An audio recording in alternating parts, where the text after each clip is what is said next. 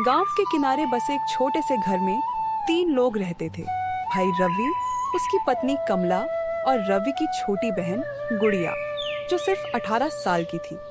माँ बाप का साया बचपन में ही उठ गया था। रवि ने माँ बाप की जगह लेकर अपनी बहन पारो को पाला था। लेकिन जब से रवि की शादी कमला से हुई थी, घर का माहौल बदल गया था। कमला बहुत घमंडी और कड़वी जुबान वाली थी। उसे पारो की मासूमियत, पढ़ाई में होशियारी और सबके प्यार की वजह से जलन होती थी। रवि, जो बहन से बहुत प्यार करता था, अपने काम में व्यस्त रहता था। अरे मेरी गुड़िया आज कल इतना उदास रहती है। आज खेत से आते वक्त मैं तेरे लिए जलेबी ले आऊंगा। नहीं भैया, सब ठीक है। भाभी भी अच्छी है, मेरा ध्यान रखती है। कमला, अरे भगवान, मैं खेत जा रहा हूँ। तुम गुड़िया के साथ प्यार से रहना। बस इस साल बारिश हो जाए, अच्छी तुम्हें भी सेठ जी का सारा कर्ज उतार दूं।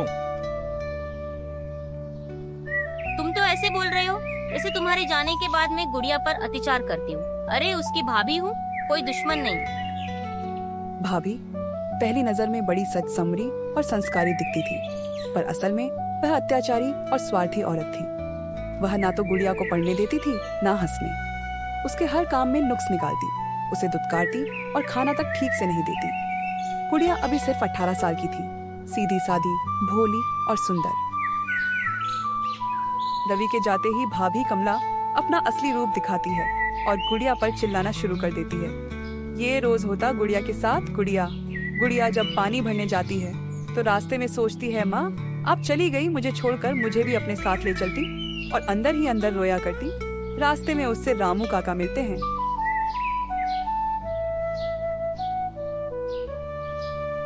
बेटिया, कैसी है बिटिया? तू खुश रहकर।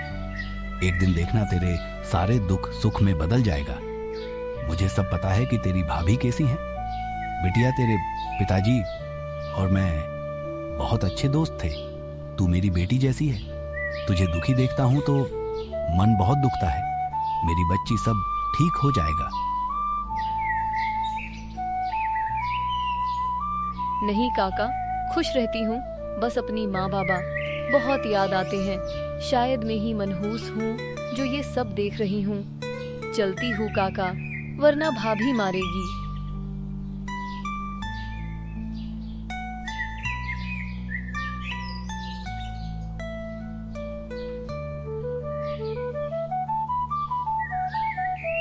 पानी भरने गई थी या कुआं खोदने जो इतनी देर में आई है?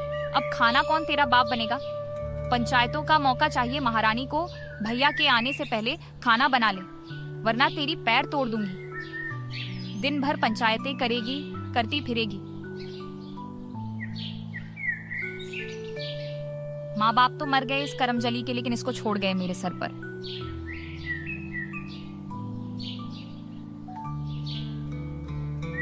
रवि दिन भर मेहनत मजदूरी कर शाम को घर आता है। उसे अपनी बहन बहुत प्यारी लगती है। घर आते ही मुस्कुराता है और आवाज लगाता है,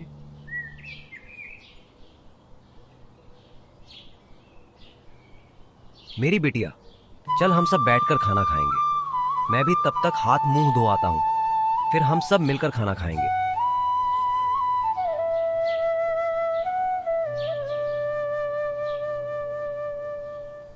चलो जी, आप खाना खाओ।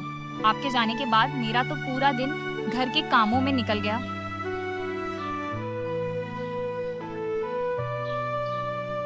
गुड़िया, आ बेटा, तू भी खाना खा ले।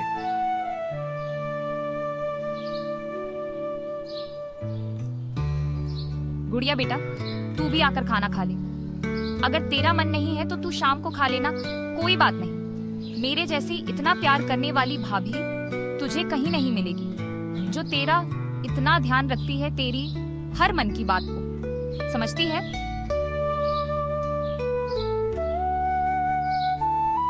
एक दिन बाजार जाते समय गुड़िया की भाभी को गांव का सेठ मिलता है।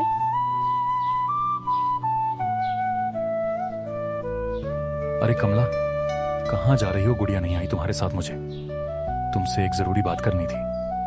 अगर तुम मेरी शादी गुड़िया से करा दो तो कमला, मैं तुम्हारा सारा कर्ज माफ कर दूंगा और तुम्हें रुपए भी दूंगा। तुम्हारे तो भाग्य खुल जाएंगे।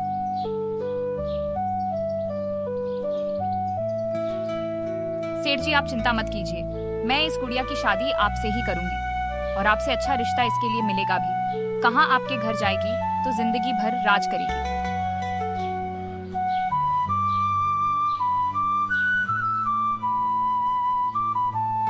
एक दिन गुड़िया की भाभी एक योजना बनाती है। वह सोचती है कि सेठ जमुना दास की नजर तो है ही गुड़िया, पर अगर मैं इसकी शादी सेठ जी से करा दूं, तो मेरा सारा कर्ज उतार जाएगा और वह मुझे पैसा देंगे। पर वैसे भी इसके लिए कौन सा राजकुमार आएगा और हमें भी इससे छुटकारा मिलेगा। गुड़िया की भाभी गुड़िया के भाई को रवि को खिलाफत भड़काना शुरू कर देती है और रवि के दिमाग में यह बात डाल देती है कि गुड़िया की शादी कर दो। गुड़िया की भाभी यह अच्छी तरह जानती थी कि अगर उसने रवि को भड़का दिया तो यह शादी हो जाएगी, वरना रवि नहीं मानेगा। गुड़िया की भाभी ने गुड़िया को पड़ोस में नीता को खीर देने के लिए भेजा और खीर में खुद ही नमक डाल दिया और इल्जाम गुड़िया पर लगा दिया और उसके भाई से भी कह दिया कि देखो ये कुछ कम नहीं है, इसका ध्यान घर के कमरों में नहीं होता है, गांव के लड़कों से मैंने ऐसे बातें करते हुए सुना है। किसी दिन नाक कट जाएगी तो बस हम कहीं मुंह दिखाएंगे, लायक नहीं रहेंगे।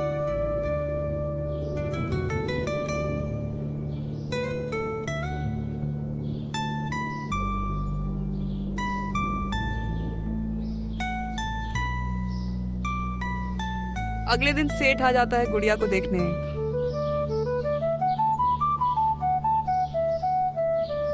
सेठ जी, आपका बेटा तो साथ आया नहीं। वह भी एक बार गुड़िया को देख लेता तो दोनों एक दूसरे को पसंद कर लेते। मेरी बहन नहीं बेटी है, मैं खुश रहे, इससे ज्यादा मुझे कुछ नहीं चाहिए।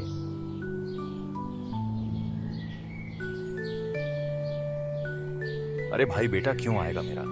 दूल्हा मैं बनूंगा तो बेटा क्या करेगा? गुड़िया के साथ शादी मेरी होनी है तो मैं ही देखने आऊंगा। और हाँ, मुझे गुड़िया पसंद है और मुझे ये शादी भी जल्दी चाहिए और बिना दहेज की शादी है। इसी से अच्छा रिश्ता तुम लोगों के लिए क्या होगा? मैं सेठ हूँ, खुद चलकर आया हूँ। सेठ लोगों के लिए 2-4 शादियां करना कोई बड़ी बात नहीं है।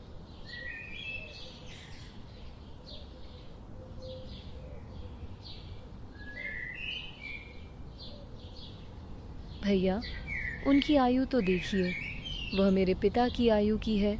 मैं यह शादी कभी नहीं करूंगी। मुझे पैसा नहीं चाहिए, जिंदगी में सुख चाहिए और मुझे मेरी आयु का पति चाहिए। मुझे सेठ जी को देखते ही डर लगता है। मैं उनसे शादी कभी नहीं करूंगी।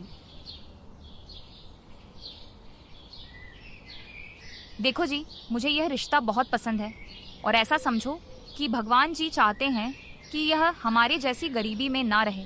और देखो, मैं हन कर देती हूँ सेठ जी को और हम शादी की तैयारी करते हैं। आप ज्यादा सोचिए मत, जब इसको खुश देखेंगे ना तो मेरी आरती उतारेंगे कि मैंने कितना अच्छा फैसला लिया।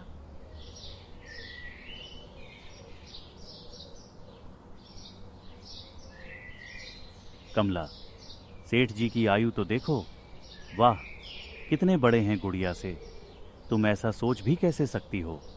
मैंने तो सोचा था कि वाह, अपने बेटे के लिए आए होंगे।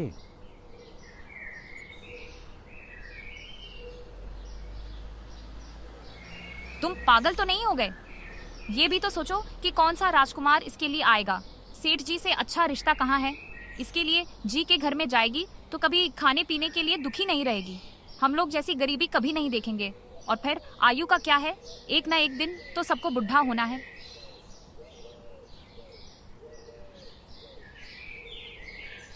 मेरी बहन को एक अच्छा रिश्ता मिल जाए और मुझे क्या चाहिए? बस मेरी गुड़िया की शादी हो जाए और उसे राजकुमार सा दूल्हा मिल जाए। मेरी गुड़िया हमेशा खुश रहे, इससे ज्यादा मुझे क्या चाहिए?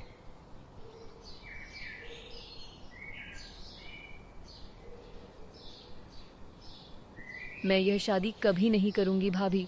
मेरी जिंदगी बर्बाद करना चाहती है। मैं घर से भाग जाऊंगी, लेकिन यह शादी कभी नहीं करूंगी। और अगर भाग ना पाई तो मर जाऊंगी। एक बूढ़े इंसान से शादी जो मेरे पिता की आयु का है, कभी नहीं। अब भैया से भी कुछ कहने से कोई फायदा नहीं, क्योंकि उनके मन में भी लालच आ गया है। उनको भी अपनी बहन का दुख नहीं दिखता। भाभी तो जैसी है वैसी थी, लेकिन भैया क्यों ऐसे हो गए? मैं आज रात को ही भाग जाऊंगी यहाँ से। मैं अपनी जिंदगी बर्बाद नहीं होने दूंगी।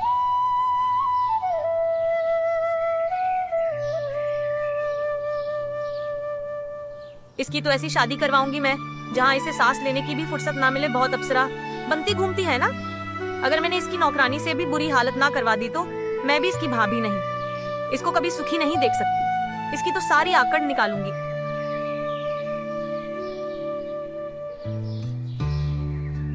चल अब रोना धोना बंद कर और जल्दी लग जा काम पर जा। पानी भरकर नदी से लेकर आ और सुन, महारानी वापस आकर खाना भी बना लेना, समझी?